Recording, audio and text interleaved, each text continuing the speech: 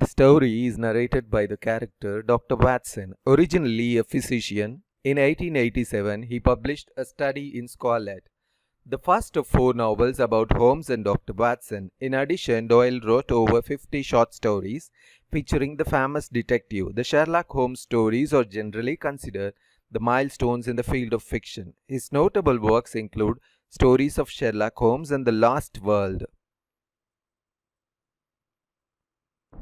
About the author Sir Arthur Ignatius Conan Doyle, his birth is 1859 and died in 1930, was a British writer best known for his detective fiction featuring the character of Sherlock Holmes, which are generally considered milestones in the field of crime fiction.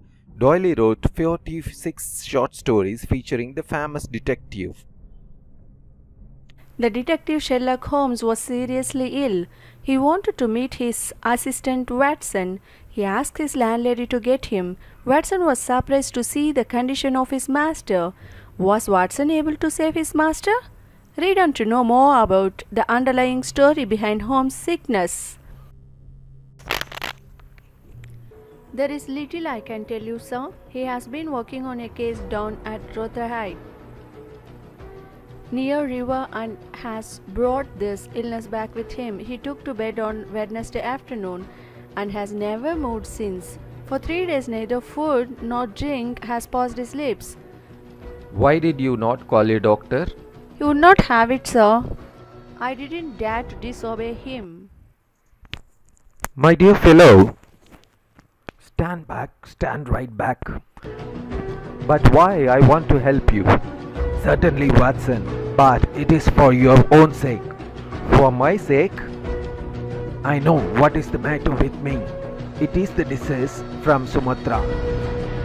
It is deadly and contagious, Watson, that is it, by touch. Good heavens, Holmes, do you think this can stop me? If you will stand there, I will talk. If you don't, you must leave the room. Holmes, you're not yourself whether you like it or not. I will examine your symptoms and treat you. To have a doctor, let me at least have someone in whom I have confidence. Then you have none in me. In your friendship, certainly. But facts are facts, Watson. You are general practitioner, not a specialist of a disease. Let me bring Sir Jasper Meek or Penrose Fisher or any other best man in London. How ignorant you are, Watson. What do you know about Tarpanel fever or the Black Farmer's plague? I've never heard of them. There are many problems of the disease in the East. I have learned that much during my recent researches, and during this course I got this illness. I will bring Dr. Ainstree then. You won't have the key by force from me, Watson. Be here till 6 o'clock. It is 4 now. This is madness, Holmes. Only 2 hours, Watson. Then you can get a doctor of my choice. You can read some books over time. Down at once, Watson. I hate to have my things touched. Okay, relax. I'm not going to touch your things. Now, Watson, have you any change? Yes. How many half-crowns? Put them in your watch packet and all the rest in your trouser packet. You will light the gas lamp, but it must be half on. You will have the kindness to place some letters and paper on the table within my reach. Now place the ivory box on the table. Slide the lid a bit with tongues. Put the tongues on the table. Good. Now you can go and fetch Mr. Calvert Smith of 13 Lower Burke Street. I've never heard of the name. Well, he is the man who has the knowledge of the disease, but he is not a medical man. He is a planter. He lives in Sumatra, now visiting London. I didn't want you to go before sex, because then you would not have found him in his study. You will be able to persuade him to come. You will tell him exactly how you have left me. Till that time die, plead with him, Watson. I'll bring him in a car. You will persuade him to come and return before him. Now, make any excuse. How is he? He is very ill. That's why I have come.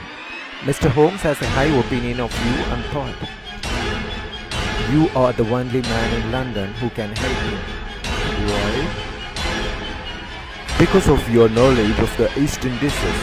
How did you get it? Well done, Watson. You have done everything that your good friend could do. Now you disappear to the next room and don't speak or come here. Holmes, Holmes, can you hear me? Is that you, Mr. Smith? You know what is wrong with me? You're the only one in London who can cure me. Do you know the symptoms? Only too well, Mr. Smith. They are the same, Holmes. Poor Victor was a dead man on the fourth day. A strong and healthy young man. What a coincidence indeed. I know that you did it. Well, you can't prove it. Give me water, please. Here. Cure me, please. Well, about Victor Savage's death. You did it. I will forget everything. But cure me. I will forget about it. You can forget or remember just as you like. It doesn't matter to me how my nephew died, Watson said. You got it from the Chinese sailors. Could there be any other reason? I can't think, my mind is gone. Help me. Did anything come by post? A box by chance on Wednesday? Yes, I opened it and there was sharp spring inside it. A joke perhaps, it drew blood. No, it was not a joke. You fool, you have got it. Who asked you to cross my path? You know too much about Victor's death. Your end is near, Holmes. I will carry this box in my pocket, the last piece of evidence. Turn up the gas, Smith. Yes, I will. So that I can see you better. What's all this?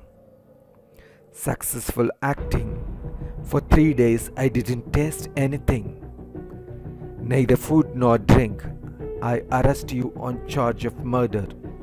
And attempt of murder of Sherlock Holmes too. Sorry, Watson, I was rude to you.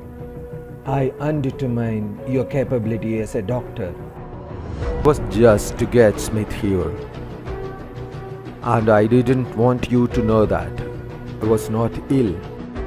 At your appearance, 3 days fasting and the makeup did the trick. I need to eat now, Watson. Mr. Smith killed his nephew. And he wanted to kill me, the same way to avoid imprisonment. I need to eat now, Watson, and thank you, Watson.